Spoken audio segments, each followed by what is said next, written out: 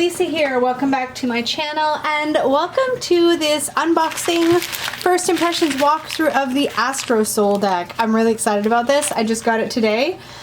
Did not want to put this off at all, but look how it came. It's all like nicely wrapped in like I said that weird, in astrology paper, which I kind of want to save maybe. Oh, already ripped it. Well, I guess you can't win them all, but how cool is this that it has like, there's Chiron, Venus, that's the North Node, I think. Anyways, I thought that was really cool. And then the bubble wrap's actually inside this paper, but what a nice touch. So let's get it out of its bubble wrap. Ooh, Astrosoul Oracle deck. I'm really excited. Oh, there's like a business card in here. May the stars guide your soul. How beautiful is that? Oh, they put my name on it. That's very nice. Here in Astrosoul, we care about the environment. So we're proudly 80% plastic free, meaning we try to avoid plastic as much as we can while also choosing shipping supplies that are biodegradable, such as our bubble wrap. Oh, cool. And mailing bags are made from recycled materials. We have also contributed to Eco Packaging Alliance, which helps global reforestation by planting trees in areas that need it. How cool is that? That's nice. This is a really, if this is what the cards feel like, I'm going to be in heaven, because that feels really, really nice. Well, it's cool that they're being mindful about their packaging. Astrosoul Oracle deck, an astrology deck for the evolution of the soul. 62 astrological cards created by Maria J. Fajardo Prena. AstrosoulDeck.com. I'm really excited about this, you guys. I cannot remember where I first saw this, and as soon as I saw it, it was kind of game over. I was like, I need that in my life. Now, there's a bunch of bundles when you go to the website that you can purchase that come with like reading cloths. I'm trying to be so careful with this sharp object to open this plastic because I really don't want to scratch anything, which is why I'm doing it off camera so I can see what I'm doing. Probably move the sharp object out of the way. Oh, look at me. I'm just knocking into things, dropping things. Okay, I've managed to make a tiny gap in the plastic. There we go. Whew. It's always nerve-wracking. I especially with boxes that, yep, this is really rose petal finishy. Oh, yep, I just turned that into a adjective. Oh, that's beautiful. My dog just let herself into my room, so that is what that looks like. That feels divine. And yay, it doesn't look like there's any more plastic. No more plastic on the inside. Oh my gosh, I'm really excited. So the box is stunning. It's got the thumb cutouts, which I appreciate because I have occasionally gotten a deck box where there's no thumb cutouts and it can be difficult to get the cards out. As above, so below. Oof, I'm getting goosebumps. These are nice. Oh, the cards themselves aren't rose petal finish. The box is, though. These are like a silk matte lamination. Okay, that's exciting. So there's a guidebook. We'll take a look at that in a minute, but first let's take a look at the cards. These are really pretty. So here's what the backings look like. They've got this gold starburst pattern on them, and they have a deep navy matte gilding on the edges to match the cards. That's a really cool effect. And cardstock, probably like a 350 GSM. Okay, let's zoom in and take a look. Woo. Let's make sure things are focused. Perfect. So we have Aries, and I'm guessing that these are the signs that Aries rules. I'm guessing? Wait, Aries is the sign. So that's what Aries astrological sign is, and that's the planet that rules Aries. So that's Mars, and that's what the constellation looks like. Taurus, which is ruled by Venus. No, that's Venus. That's Taurus. Okay, I've got to get my head around this. Yeah, so that's the Taurus glyph, and it's ruled by Venus. Does Venus rule Taurus? I'm just going to cheat and look in the book because I don't want to give you guys wrong information. I guess the fact that I can even look it up is probably a good sign. Yeah, ruling planet is Venus. I didn't know that about Taurus. Okay. Gemini, ruling planet is Mercury, and there's the Gemini glyph and the Gemini constellation. Really, Shayla? She's like a cat, like in or out. She can't decide. She wants in the room, out of the room. Cancer, ruled by the moon. Leo, ruled by the sun. Virgo, ruled by Mercury again. Is that right? I guess it makes sense. Yeah. Okay. Libra, ruled by Venus. Scorpio. Neptune, I think. Again, I'm cheating because I can't remember. Scorpio is... ruling planet is... oh, that's Pluto. That's Pluto. But it says ruling planet of Scorpio is Mars traditionally and Pluto. I don't know what that means. I'll have to look that up. Somebody who knows astrology probably knows what that means. Sagittarius, ruled by Jupiter. Capricorn, ruled by Saturn. Aquarius, ruled by Uranus. Is that right? I'm checking. Saturn traditionally and Uranus. Oh, right, because traditionally was when we only looked at the 7 planets, I believe is what that means. So Pisces, and that's Neptune. Ooh, look at these beautiful, and this is all like a gold foiling. So there we have the sun, and instead of, in the reverse here, we had, when we were looking at the sign, we could see what the ruling planet was. Now that we're looking at the planets, we can see what sign it rules. So the sun rules Leo. The moon rules Cancer. I am loving this. Mercury rules Virgo. Venus rules Libra and Taurus. Oh, wait. Let's back up. Ah, yes. Okay, wait. So when there's 2, okay, yeah. So Mercury rules Gemini and Virgo. Venus rules Taurus and Libra. Mars rules Aries and Scorpio. Jupiter. Interesting that I thought when we had Scorpio, it had one of the non-traditional planets. I'm just checking. Capricorn, Sagittarius, Scorpio. So it says Neptune, sorry, not Neptune, Pluto here, but it did say traditionally it's ruled by Mars, so that's interesting. Jupiter rules Sagittarius and Pisces. Saturn rules, is that Capricorn and Aquarius? I'm going to be slow at this, you guys, because my astrology is not necessarily up to snuff, which I'm hoping this deck is actually going to help me with. Yeah, Capricorn. Yeah, that's Capricorn. Capricorn and Aries. I just wasn't sure about that little glyph. Capricorn is one of the ones that I struggle a little more with remembering. And Uranus has Aquarius. Neptune has Pisces. Pluto has Scorpio.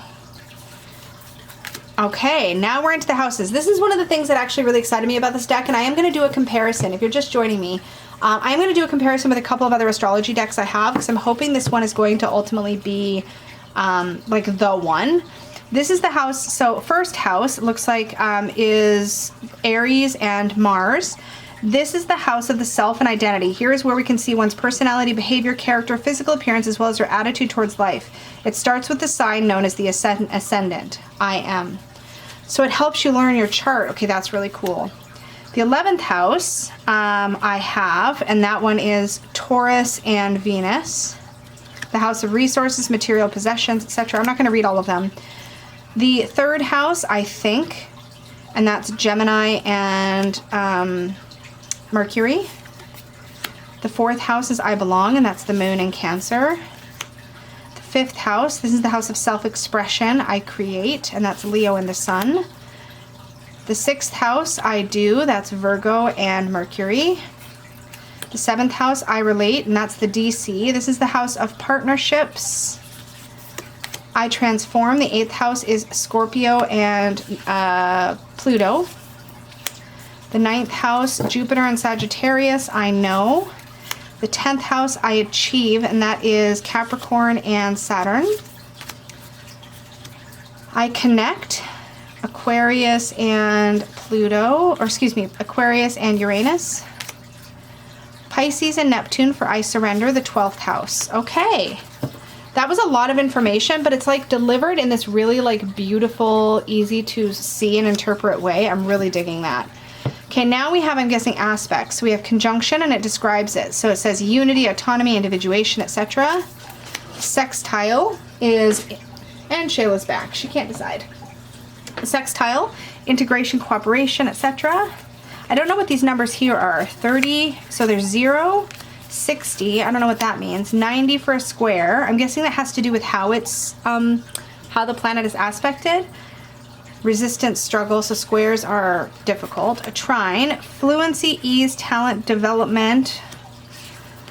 Opposition, 180. I think this is the degree of connection between the planets. That makes sense. Geometry-wise, that makes sense, yeah. So that must be 180 degree alignment is an opposition. Then, I don't know what a vertex is, but it says it's a karmic point. Fated connections, a turning point. Ooh. What's this? Lilith, repressed desires. I have no idea what that's supposed to be. Chiron, wounded healer. I do know a little bit about Chiron, just a very small bit. Ceres is nurture. Pallas Athene, inner wisdom. Vesta is devotion. Juno, sacred union. I haven't heard of most of these. Okay, a retrograde, but there's no information on the retrograde. New moon. Oh, I like this. There's moon phases. New beginnings, planting seeds, setting intentions, blank page. Waxing crescent. I just did my moon, my cycles of the moon, Eclectic Witchcraft 101 live. This would have been so useful for that. Inspiration, creativity, growth, accomplishment, learning. Yes. First quarter, making decisions, obstacles, taking action, momentum. Waxing gibbous. Alignment, refinement, nurture, patience, evolution. Now these glyphs are northern hemisphere. Something else I learned today, because the southern hemisphere these glyphs would be reversed. So this would actually be a waning gibbous if you are in the southern hemisphere. Full moon, energy peak, harvest, blessings, achievement. Waning gibbous, releasing, gratitude, nurture, active service. Last quarter, transition, letting go, forgiveness, adaptation. Waning crescent, surrender, restore, reflection, intuition, and stillness. Void of course, pause in time, change of plans, limbo, and improvisation. South node, gifts, and there's no dark moon card, I noticed, by the way. In fact, I think the new moon, that's the dark moon there, so it's calling itself a new moon. That makes sense, actually. Okay, so then we have, void of course. Then we have South Node, which says gifts and lessons there. Sorry, I'm not even looking at the viewfinder. How bad am I? I'm supposed to be making a video and I'm just getting lost in the cards. North Node, destiny and challenges. Lunar eclipse, releasing the past, breakthrough, pushing limitations, and healing. Solar eclipse, embracing change, revelations, courage, determination, and connection. Kazemi, in the heart. I don't know what this is, but this is exciting. And Stellium, which doesn't have any keywords on it. So those are the cards. Oh, that's exciting. Okay, so I'm going to dive into the guidebook in a minute, but I want to quickly just show a comparison of my other two astrology decks, because I think it may affect like what I work with and how I work with it. So one of the astrology deck I had before this deck is the Living Wheel astrology cards, which I would say is kind of similar in its intent, perhaps. It's a smaller deck, so you can see the card size this is like a tarot size card, and this is like a trump size card, or maybe like a poker bridge size, not trump, because trump is narrower. And so same thing, only here, instead of words, you just have the symbols. So you have the planets. This has the planets, the phases of the moon. It's got an eclipse card and a solar eclipse card, and then you've got the planets, and you do have Chiron. Yeah, you have Chiron, North Node, South Node, and then you have all of the 12 zodiac signs, just as symbols like this. And then you have the houses, but they're just illustrated. There's no keywords or titles, right? So these are all the houses. And then you have the seasons. So that's what's included in this deck. But as far as like information, it is a bit sparse. So this one comes with a little fold out pamphlet that does have a single keyword for each card. But this deck is, I think, meant more to lay out your birth chart and get a visual representation, but it's light on info. So it's visually beautiful, and it's very well done. And I think the cardstock here, these ones are gold gilded, and this cardstock feels, yeah, this cardstock's definitely thicker. I would say this might be like a 400 GSM cardstock. It's really, really lovely. But the other astrology deck I have, which has learning aspects to it, is just not as aesthetically beautiful at all. It's very much just a study deck. And this one is more like flashcards, right? So you have the symbol, and then you have the information. Symbol, information, symbol, information, right? Same thing though on the fronts, not labeled. But this one, you do have things like the aspects, which aren't in the Living Wheel deck. And this is the Astrology Learning Cards by Living Magic Publishing. Yeah, Living Magic Publishing. So this is purely a study deck. This, I feel like, literally kind of combines what these two are. So I feel like I get a bit of information, but it's still aesthetically beautiful. So that's exciting. Let's take a look at the book, because that's what I'm hoping is going to just elevate that one step further. So it's a really nice looking guidebook. Let's look at the table of contents. So we have all separated so you can quickly look things up. The signs, the planets, the houses, major aspects, the vertex, Lilith, the asteroids. The asteroids, that must be asteroids. Planets, Pluto, vertex, Lilith, Chiron. Oh, Chiron would be an asteroid. I think this is one of the asteroids. I think Chiron's an asteroid. Yeah, then retrograde planets, the moon phases, void of course, the nodes, eclipses, Cazimi stellium, the horoscope, and then there's a bibliography. So there's a prologue, information on the signs, a little bit of an overview of the different signs. Then you have information of each of the signs. So this is what I used as a cheat sheet when I was not sure I remembered. And it was, I will say, obviously easy for me to get the information I needed right away. So for example, for Aries, you have the dates, the element, the ruling planet, the modality, so whether it's a cardinal sign or fixed or mutable. And then you have information about Aries. So for example, Aries is the first sign of the zodiac, and the sun moving into Aries always represents the beginning of the astrological new year. As the ruler of the first house, Aries is the most self-oriented sign of them all. People with this sign tend to be independent, determined, and in most cases pioneers in everything they do. When out of alignment, Aries can have a tendency to burn out quickly and lack patience. They should try to train their patience in order to maintain a constant influx of interest in what they do. And there's also a little asterisk note that the dates do change slightly by 1 to 2 days every year due to the Earth's orbit. So to find an accurate sign and planetary placement, you must refer to an ephemeris. Ephemeris? Yeah, ephemeris. So it says that at the bottom of every page. So you do that to get through the signs. So that's the kind of information you can find on the signs. And then let's see when we get into the planets, the numerous layers of the consciousness. So it gives you an introduction. The planets in astrology represent different levels of awareness in one's life, which is determined by the sign the planet is placed in. What did it say? Okay, I see. And I'm not going to continue to read there. But then it talks about the luminaries. So it talks about the sun and the moon, which are luminaries. And it even talks about the symbology here. And again, I don't want to like reveal all the information in the book because that kind of defeats the point. But let's see. So we get a whole bunch of information about the planets, including what they're ruled by, the exaltation. So I believe that means that like an exaltation, for example, let's take a look at Mars as a good example. So Mars is exalted in Capricorn. So that means that when it's in Capricorn, it's like at its best. So when it's in detriment in Libra and Taurus, I don't know what fall is, at least that's what I think I remember. And then there's keywords, there's information about the planet. This looks really informative and useful actually. And then there's houses, which is what I'm really looking forward to. So it talks about what type of house it is, which I don't know what that means, as well as keywords. What do we have next? Major aspects, the dynamic between cosmic forces. So then it talks about the aspects, which is great. The vertex is a mathematical point in the chart of the native. I feel like I'm actually going to learn about astrology with this deck.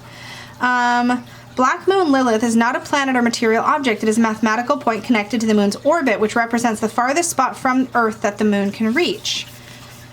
Cool. The asteroids, healing the spirit and embodying the divine feminine. So that's Chiron, Ceres, Pallas Athene, Vesta, Juno, retrograde planets. So this just talks about what retrograde kind of does and means. The moon phases, and it talks about working with the lunar cycle, which I'm all about, of course. And void of course. This actually came up in tonight's chat, which of course this video isn't coming up when I did it. But if you look at the working with the cycles of the moon, Eclectic 101 live chat, this came up, the idea of a void of course. It says, you may never have heard of the term void of course, but it's considered to be very important for those who actively work with the phases of the moon, as it's when the moon in transit is making the last major aspect before it changes from one sign of the zodiac to the next. So it's when it's not in a sign. Then there's information on the nodes, information on eclipses. Chasmi is a very rare astrological event. Stellium is a grouping of several planets in a single sign of the zodiac. The horoscope, and acknowledgement, special thanks. So this actually looks like a meaty learning deck, and I'm really excited about this, actually. Not only is it aesthetically beautiful, but I feel like if I were to actually like lay out my chart with this deck and work with the book, I'd actually, just working with these tools, potentially learn a lot about my own chart. I'm really actually super excited about this. And I wasn't sure. I was like, I hope I'm not getting something that's like just like this, because I have this. If I want to just visually lay out astrology, I can do it here. And if I want to just learn, I can do it here. But this, I feel like, is going to both be a learning tool and aesthetically beautiful.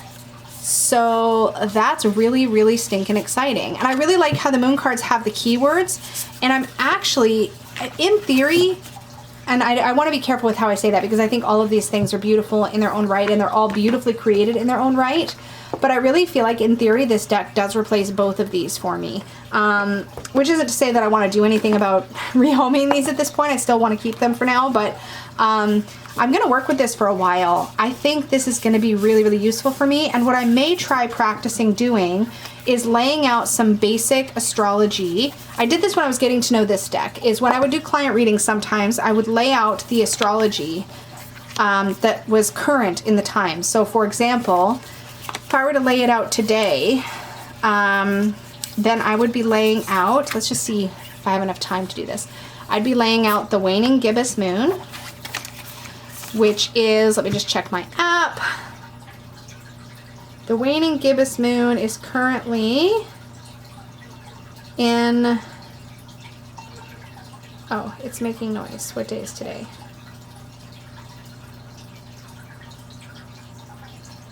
It's currently in Aquarius. So I could pull the Aquarius card. I'm sure you're like, if you feel free to fast forward me. I realize this is probably a little laborious, but I'm just curious how I would do this. So I'd find Aquarius. There it is. So I'd say, okay, it's a waning gibbous moon in Aquarius.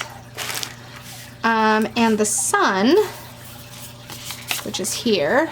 So our moon is in Aquarius. And our sun is in, how do I not know what sign it is? How bad is that? I know my own sign. I'm July.